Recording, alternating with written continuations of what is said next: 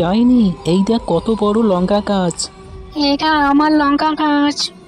না, এটা আমি আগে দেখেছি, এটা আমার লঙ্কা গাছ।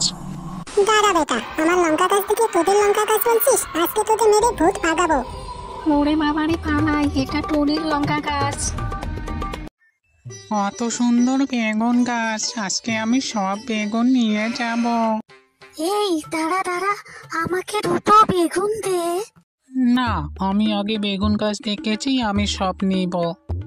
তবে রে, তোরা আবার বেগুন ছিঁড়তে এসেছিস? এখান থেকে চলে যা, নইলে মেরে ঠ্যাং ভেঙে দিব। ওরে বাবারে পালাই, এটা টুনির বেগুন গাছ। এই দেখ ডাইনি, কত বড় কমলা লেবু গাছ, রাতে এসে চুরি করব। হা হা হা। তবে রে, তোরা আবার এসেছিস আমার সাথে কমলা লেবুর গাছের গোড়ায়? এখান থেকে চলে যা, তা না হলে মেরে বালি চাপা দিয়ে দিব। ওরে বাবারে, চল পালাই, এটা টুনির কমলা লেবুর গাছ। এই রত্না, আজ রান্না তোমার মা করেছে তাই না? হ্যাঁ, কিন্তু তুমি কি করে বুঝলে? খুব ভালো রান্না হয়েছে, তাই তো? না মানে, রোজ খাবারে কালো চুল পাই, আজ সাদা পেলাম। হ্যাঁ, মিষ্টু গেছে মাছ ধরতে ক্ষীর নদীর কূলে, ছিপ নিয়ে গেল গোলা ভেঙে, মাছ নিয়ে গেল চিলে। ঢিকচিক ঢিকচিক ঢিকচিক, ঢিকচিক ঢিকচিক ঢিকচিক। রৌনক, তোমার জন্য আঙ্গুর ফল এনেছি, এই নাও খাও।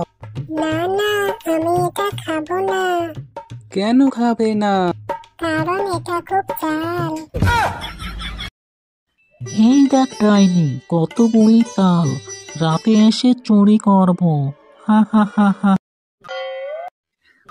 ওরে বাবারে, মাথাটা ফেটে গেল, পালাই।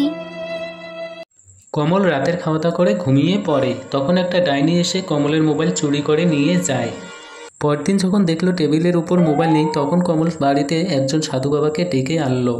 তখন সাধু বাবা মায়া শক্তি দ্বারা দেখে একটা ডাইনি কমলের মোবাইল চুরি করে নিয়ে যায়।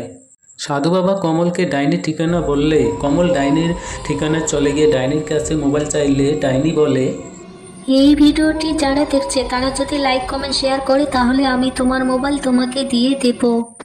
তখন কমল বলল, বন্ধুরা, এই ভিডিওটি যারা যারা দেখছো তারা লাইক কমেন্ট শেয়ার ও চ্যানেলটি সাবস্ক্রাইব করে দাও, যাতে ডাইনি আমাকে আমার মোবাইল দিয়ে দেয়।